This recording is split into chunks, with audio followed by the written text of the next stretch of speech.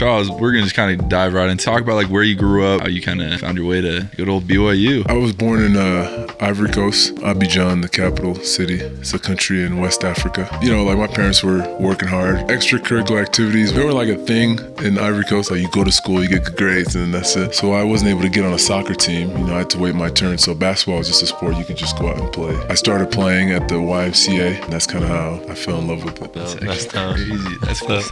I could also see you played soccer. You're kind of part of a historic BYU scene right now. What does like AJ's commitment to BYU mean to like the program, the university? I think it's awesome. It shows it kind of shows what's been going on here since Coach Young has been hired. I think he brings a lot of obviously valuable experience, and he's created a really good situation for people to, as you guys know, for players to grow, you know, and he's tried to bring the best things here.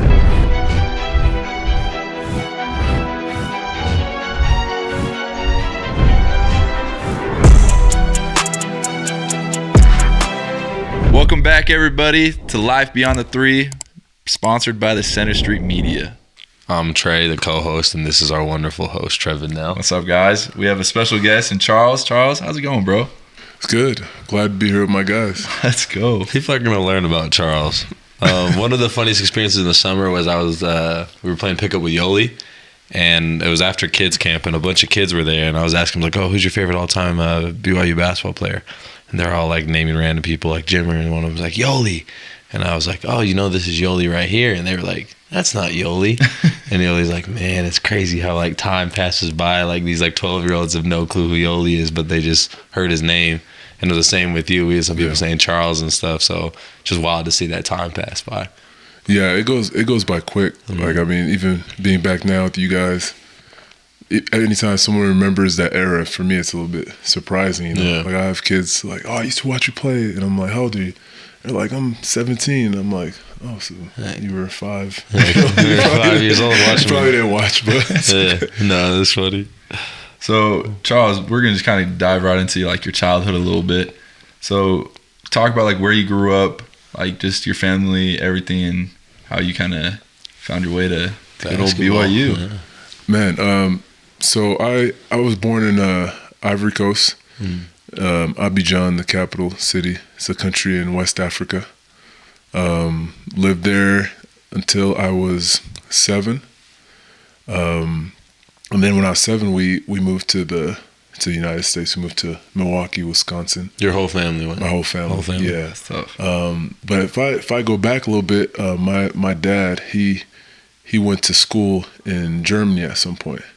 And then I think that's where, like, you know, he met some missionaries and you know, he converted to the LDS faith.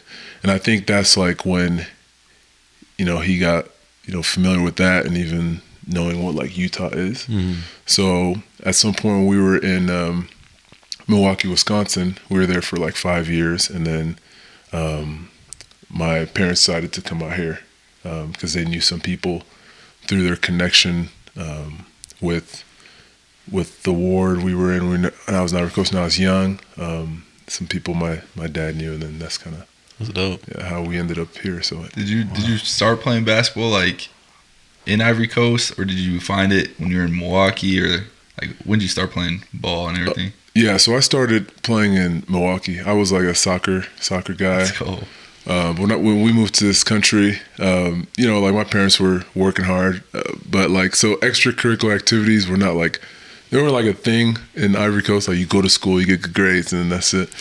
So my brother, he was the one, he was playing soccer and doing extracurriculars. He was older. Mm-hmm.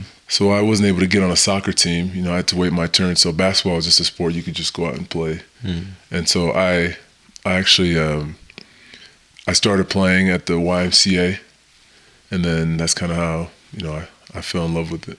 That's actually dope. That's tough. Yeah. That's cool. I could also see you playing soccer though. Yeah, I could see you in the EPL just cooking. I wish I kept playing. I was nice, but Utah soccer has grown a lot. When I was here, when I first moved here, I was on some soccer teams, but it wasn't as big as it is now. You know, so basketball was easier because you know you can still play at a high level with your high school. Yeah, and 100%. teams and stuff. Yeah, So. it is crazy to see like even like all the sports boom. Like I mean, you got like football 7-on-7's huge now. That's like crazy. Football's going crazy Yeah, now. it's wild. Like football's like the new thing. And then AAU, I mean, that's always going to be booming, but especially now, it's like there's a million AAU teams in Utah. Yeah. So, but that's really cool. It's like you can always play basketball, like out on the street. Just grab a ball, grab a ball, just get some shots up.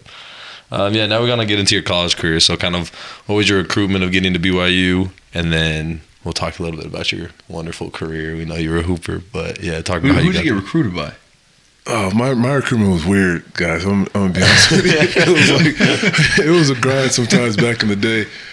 So like in Ivory Coast, I still don't exactly know how it works, but you graduate high school at like 16, and then you do like this I think it's like this mandatory kind of like junior college thing for everybody, and then from after that you go to like university. Is it like career specific? That's kind of like post Yeah, high school I think years? something like that. And if someone knows more in the comments, they can, you know. But because like all my siblings, my older siblings, my older brother and older sisters, they graduated high school at 16. I went to high school with some others, 2 kids from Ivory Coast at Logan High. They graduated at 16. So my mom, she saw how young my older siblings were when they graduated, so she like held me back. So I would turn 17 as a senior and not 16. But I was still a year younger, you know. So I would say I was a late bloomer. You know, I started playing seriously really when I was like 11. So in high school, you know, I felt like I was doing well, but I really wasn't recruited like that. I mean, I remember my senior year, like I had some letters from Division II, like Colorado State, VCU. And honestly, I was recruited heavily by Dick Hunsaker at UVU. Really? In the end, like, so I had like no offers really. Did you talk to him the other day? That's my guy. Oh, okay. No, he's the best. I love He's the him, best. So I had no so funny. offers, and then like I played in like this tournament as a senior, and I was playing with his son Holton, and then like he saw me play, and he was like, you know, that became like my offer, you know, like, and I was seriously considering going there. In that same tournament. I was playing really well, and I was seen by one of the tournament directors, and he called the coach at Brewster Academy, and he was like, "Hey, I got this kid. I think he's like one of the best players in the tournament. There's like all these big time players here, and he's holding his own. I think you should like recruit him because he's like it was actually he knew Josh Pastner, who was a coach at the time at Arizona, and he was like, yeah, I think you guys need to recruit this kid. He talked to Josh, then he talked to the Brewster coach.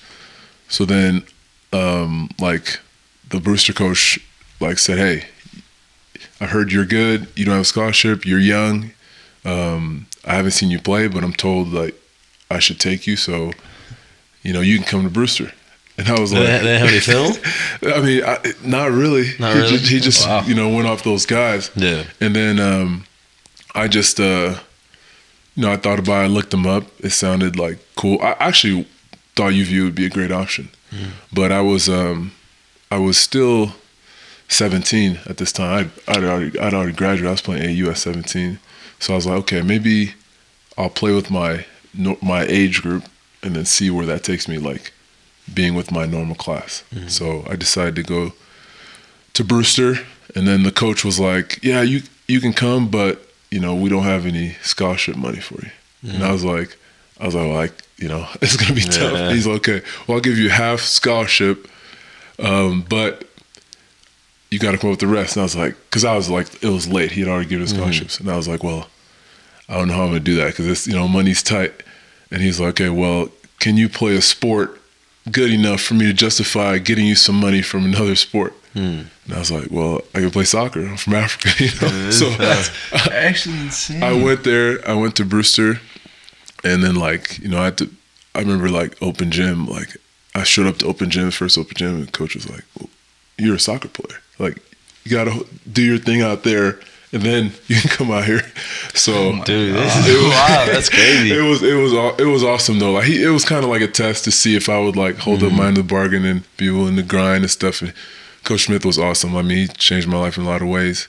But it ended up working out well. Played on a great Brewster team, and then while I was out there, Dave Rice, who was at Utah State when I was in high school, he always liked me, but they didn't offer me. And he told me, I think you're going to be a great college player, and wherever I go, I'm going to have a scholarship for you. So he ended up going to BYU.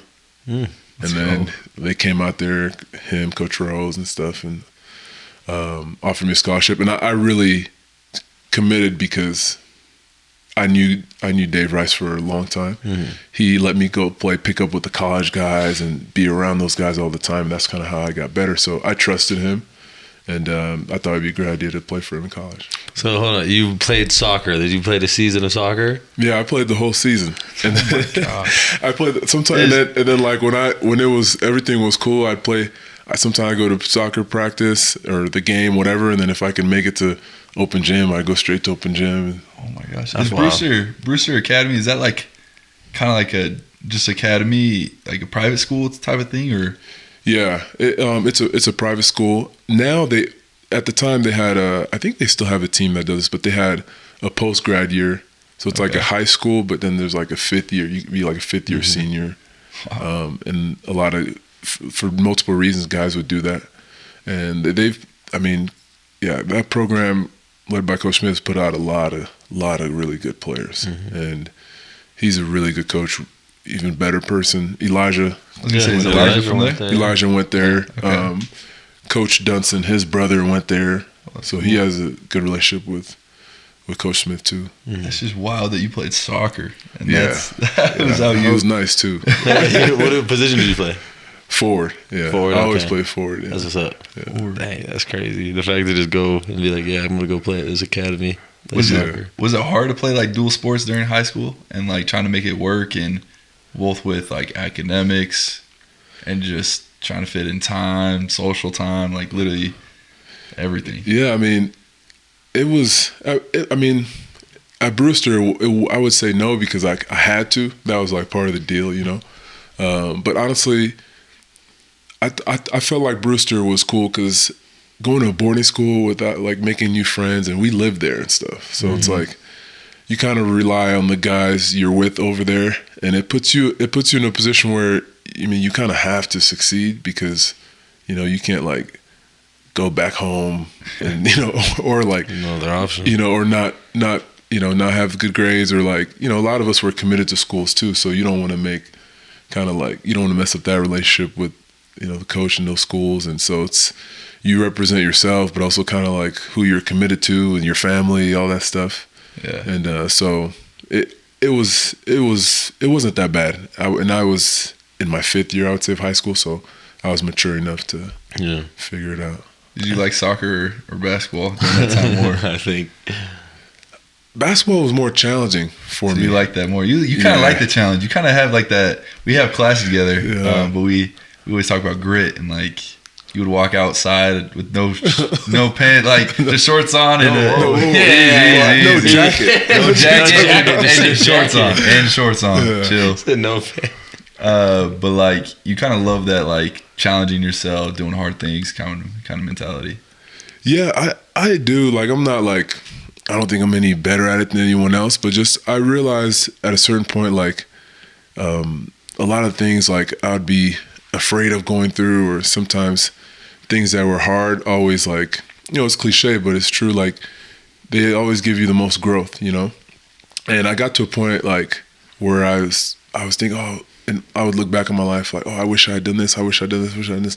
And then I ran into someone one time who told me like I can't remember who it was, but it was like it's maybe someone I played with, but they were like, like if you didn't go through some of the challenges or things you've gone through, you wouldn't be the person you are today. Mm-hmm. So like, would you trade knowing who you are today for, things or certain experiences you think, you would rather have? And I was like, no, I don't think I would. So sometimes when you can get through things like that, and it can be small things too. Mm-hmm. I think it just, it's something else you add to your bag, Yeah. I think you're someone who's very like attention to detail. It's kind of like going into your college career, but like you're very adamant on like your health and how you approach like getting your body right and all that stuff. When did that become like a love of yours? I would say after I met this professor randomly at Legends Grill, Dr. Hager, he saw me eating like a burger like an hour before practice, and he was like, I didn't even know this dude. He's like, what are you doing? I was like, I'm eating. He's like, why are you eating that before practice? And I had no idea. I was eating like a burger and fries and stuff. And then like he gave me like a little 5-minute spill on why I should be eating something better. And I eventually did my undergrad in exercise and wellness. He was one of my professors. But I kind of became passionate about it because it was something that went with, basketball, taking care of your body, eating right, fueling the right way. And one thing I'll give myself a little bit of leeway when I don't know certain things.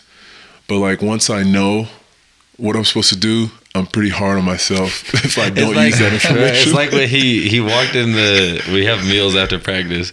He walks in, he's like, "Well, this is farm grown salmon." One of our coaches turned to him, he's like, "You ain't gotta ruin the meal for me."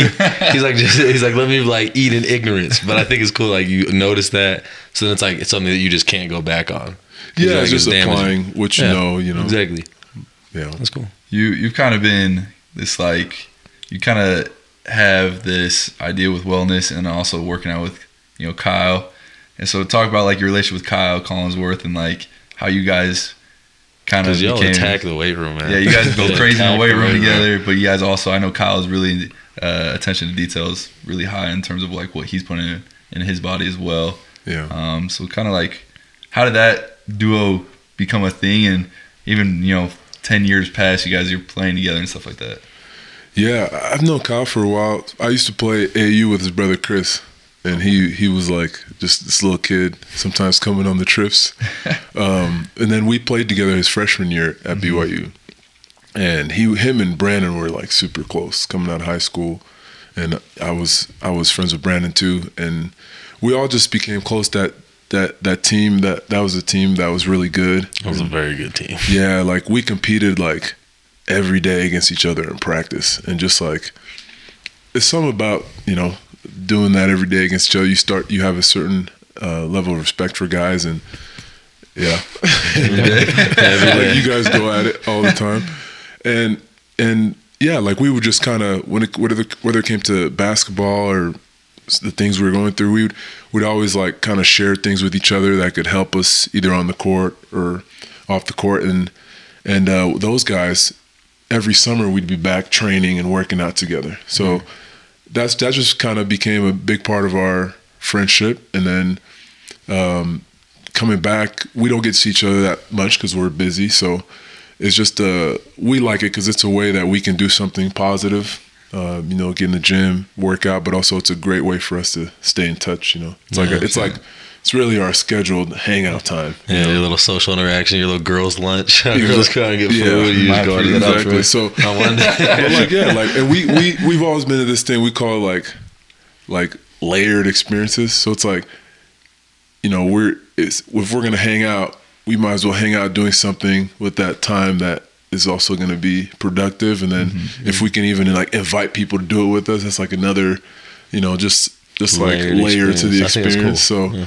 Yeah, so it's been cool. He's always pushed me. I respect him a lot, and it's just been a good friendship. That's cool, man. So now we're gonna jump right into your overseas contracts and like where you played. Yeah. So where was like the place you loved to play, and like what really helped you become the player you are today? Yeah. Post college, and then just kind of talk about your experiences playing overseas, because for me, I feel like it could be a possibility, but it's just something interesting to talk about. Yeah, after BYU, it was a great experience. It was a grind because right after BYU, I had surgery on my foot, so I really didn't know like how I was going to heal and stuff after that, and if I'd even play that season. But it all went okay. So I started in the second division in Spain. A team called Huesca, played for a really good coach there. And then I did 2 years in Spain in the second division. And then after that, second year, I had an injury, and then I was actually like, I didn't know if I'd go back out and play, you know. So I was thinking about, okay, well, maybe my career is like over, blah, blah, blah. So, but then I eventually ended up healing. And then I didn't really have any great opportunities that year. So in October, someone offered me to like play in Egypt. And I was like, man, like Egypt, that's crazy. So I was like, yeah, I might really be done, you know? So, and then like I stayed around here, I was training and stuff like that. And then I thought like, okay, maybe I'm done, you know? And overseas hoopers know, like when you're like young and it's tough, like when you don't have a contract, like you know, sometimes things aren't going that well with like an agent, you're kind of like back here and you feel like, you know, like dang, like it's kind of weird. So I did like an internship and some things, and then I was just gonna move on. But then in like February, I got that same call for the same team in Egypt. And I was like, okay, well, it's either I go back now or I'm like really done. So I went to Egypt. It wasn't what I thought. Like it was actually like pretty competitive, especially if you're like the American, you have to do everything. There was like some good players. So I played well there. And then this next year I went to Qatar. I wanted to go back to Europe, but because I didn't do well that second year, like the offers were really bad. Like financially. So I went to Qatar because it was better. And then after Qatar, I went to France. And I ended up playing in France for the next 8 years. I played 4 years for a couple different teams. And then the last 4 years I played with the same team in the north of France in the first division. That's cool. I signed with them after COVID, and then every year they just kind of kept me. And then like every summer or so, I would play with my country's team too.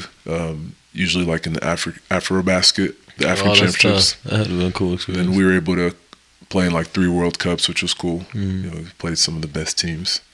So, cool. Yeah, it was an amazing experience. Like I've been in a lot of places, especially with the national team. My favorite place I played, I would say when I played, I hope people don't see this, but every place was my favorite. I'll make sure they won't clip this. Right. They won't clip this. It's okay. There was the south of France was cool because the weather was awesome. I played 2 years for a team there, and that's probably the place where I would say like I had the most friends. And one of the years, like Brandon was playing 3 hours away. I didn't know he was that close. Oh, okay, so that would be cool. Like weekends, I would just take my car and I'd just be out and go visit him. That's actually that was my favorite place. Yeah, that's mad cool. I asked you a question a few months ago and I've never gotten my answers, so we're gonna do it right now. Okay, we're gonna have a little draft of the top 3 foods in France. Oh, yeah. You never gave me these answers. You said it's all good, and I agree. I bet it is all good. But we need the top 3. Italy food wasn't great. I'm going to be honest. Italy food. Have you been to Italy? What did you think of the food? I thought it was amazing. Really? I thought Croatia's food 10 times better than Italy's food. Really? Italy, you just got to be careful. You got to stay away from the tourist traps. I never had good pasta there. Really? Yeah. I was so done with the margarita pizza. Yeah, like, I wanted some margarita. Yeah, you got to be careful. Like Italy has some tourist traps. Yeah, I think we were in the very touristy spot because we were by the Duomo, so it was like you're getting everything around there. You got to eat where the locals eat. Yeah. We never did, which is tough. Yeah, Spencer Johnson, shout out to him, but he would always say we need to find one of the grandmas of Italy to just cook us like a really nice pizza, really nice pasta, stuff like that. That's where like the most authentic kind of Italy food comes But yeah, from. let's hear this French food, bro. Man, so I would say just the pastries and stuff. You gotta draft one, bro. You gotta say croissants at this number. Boom. My favorite is probably my favorite is probably like the almond croissant. Okay, almond croissant. That's valid. The almond croissant.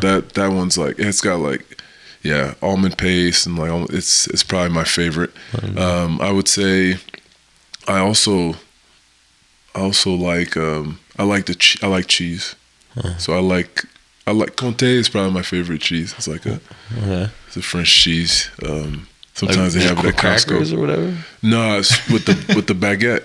Oh, You know what I'm saying? You gotta have the cheese with the baguette. right? So I would, and then and honestly, I would say the butter, man. The butter. Yeah, because Wow. like This is I like this. something I like yeah, this. like It's learning. like just the butter, man. Because like like it's. I mean, I'm not trying to get too much into it, but you know, like they have like you can buy everything like locally, and like there's like when the grass is really green, and like you get that butter from like the summer, like after the spring and stuff. It's like really really yellow because like they've been eating all the grass and the vitamins and stuff. Like that stuff's crazy, and they use that in croissants and all okay, the so stuff they that's make. why You know it's what I'm saying? kinda You just like- love the butter. Yeah, they'll use it in like when they make like whether it's like tarts or quiches and stuff like so.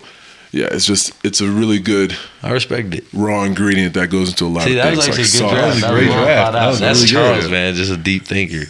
Oh, I wanted to ask you, what was your favorite experience overseas?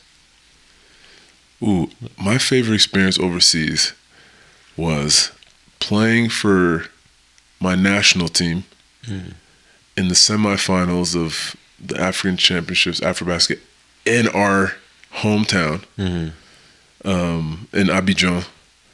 Like, I remember we were like playing this close game, and then I hit like 4 straight threes on back to back possessions.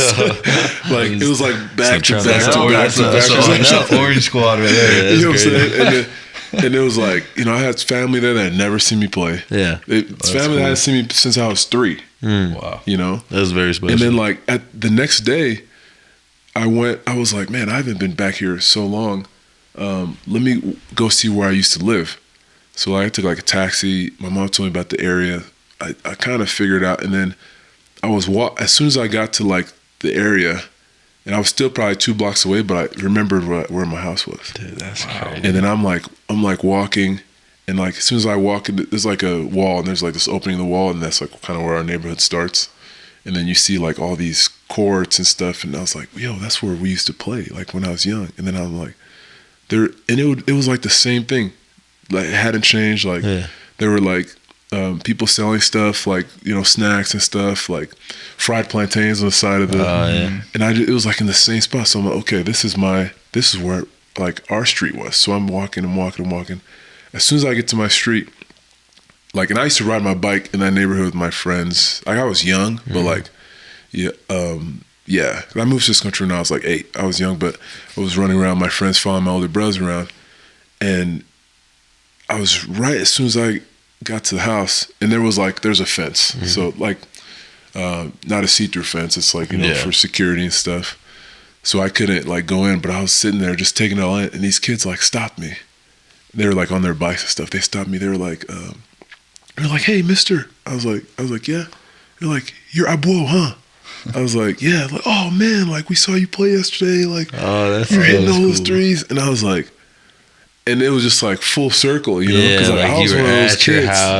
I was riding my bike, you know, with my friends, like those kids. So it was just really cool. It just was like a really full circle moment of like kind of where basketball can take you. You know, it's an amazing sport. We love it, but it's also part of a bigger journey, which is our lives. You know, and it's just interesting, like where it'll take you, and then where it'll take you back, and people you'll meet. So that was probably my favorite experience, because a special That was a experience. tearjerker. It was dope. Yeah, That is cool. That's really cool. What would be your like message to people trying to like achieve that dream?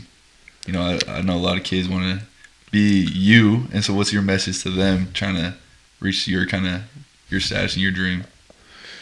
Yeah, I mean, obviously you got the cliche stuff, work hard and stuff. But if there's one thing I learned in my career, and actually, just throughout my life and stuff, you have to believe. And sometimes it's hard to believe. Like, and we're not always there as far as like the amount of belief we need to have. But if you're not there, there's always people that believe in you, you know? So it's like you have to believe in yourself. And the times where you're unwavering a little bit, like, be with the people that believe in you. Mm-hmm. And always those are the people you have to be around. Those are the people you have to play for. Mm-hmm. And yeah, I think that's just as important as the hard work. Yeah. You know, because really, like, you guys know, everybody works hard. Mm. You know, and sometimes it takes that self-belief and also others believing in you to give you an opportunity that allows you to maximize, you know, that hard work and investment on your part. But so I would say that, and then also ask questions like, you know, whatever you want to do, whatever you want to be, you know, you can talk to those people now. Mm. You know, just reach out to those people, and they'll always help you. I was in classes the other day.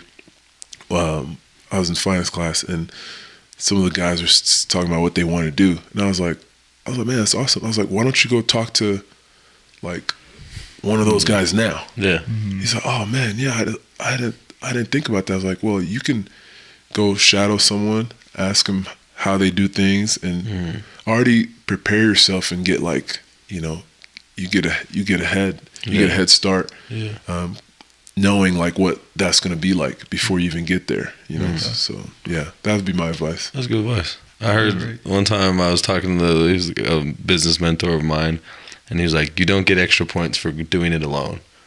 Facts. Which is like sometimes you kind of get stubborn. You're like, no, like I'm going to do this, but then you kind of put your head down, you work, and like you're saying, like everybody else is working hard. Yeah. Like you got to work hard, but then you also got to have those connections with people who open doors, and like you're saying, like give you that little self-belief and motivation. So incredible advice. Yeah, I love it. It's like the little things, you know. Yeah. Those little details literally make that difference to becoming the player, you know, that you are today. So that is super cool, man. Good guy, Charles. Charles is a great dude. Yeah. Been around good people like you guys. It's easy. Well, yeah, exactly. So we want to wrap it up, kind of talk about you coming back and deciding to be a GA at BYU. That happened really quick. You know, I thought maybe I'd play like at least another season, maybe two. And then I was starting to think about the future and things like that. And like when I came back this summer, I didn't really think about being a graduate assistant right away. I always loved coaching and like giving back to the game. And so, but I didn't know, like, I always knew I'd coach, but I just didn't know like what level. It didn't really matter to me if it was like, you know, high school or college or even like coaching little kids like I have before. I just love being around the game and learning more about it and helping people. So yeah, I was just playing with you guys, and then I kind of saw what was going on here, talked to the staff, and then I didn't even know really what a GA does. So, you know, I talked to Tim about it, because actually I knew someone who was asking about like maybe possibly being grad assistant. So I asked him about it, and then he was like, oh, for who? And I was like, yeah, I was asking for maybe someone who knows their spots. And he's like, oh, we're still figuring some stuff out, but like, I mean, is that something you'd be interested in? And I was like, I don't know, you know, what does it entail? And he was like, well, just come talk to us. Yeah. Then we talked.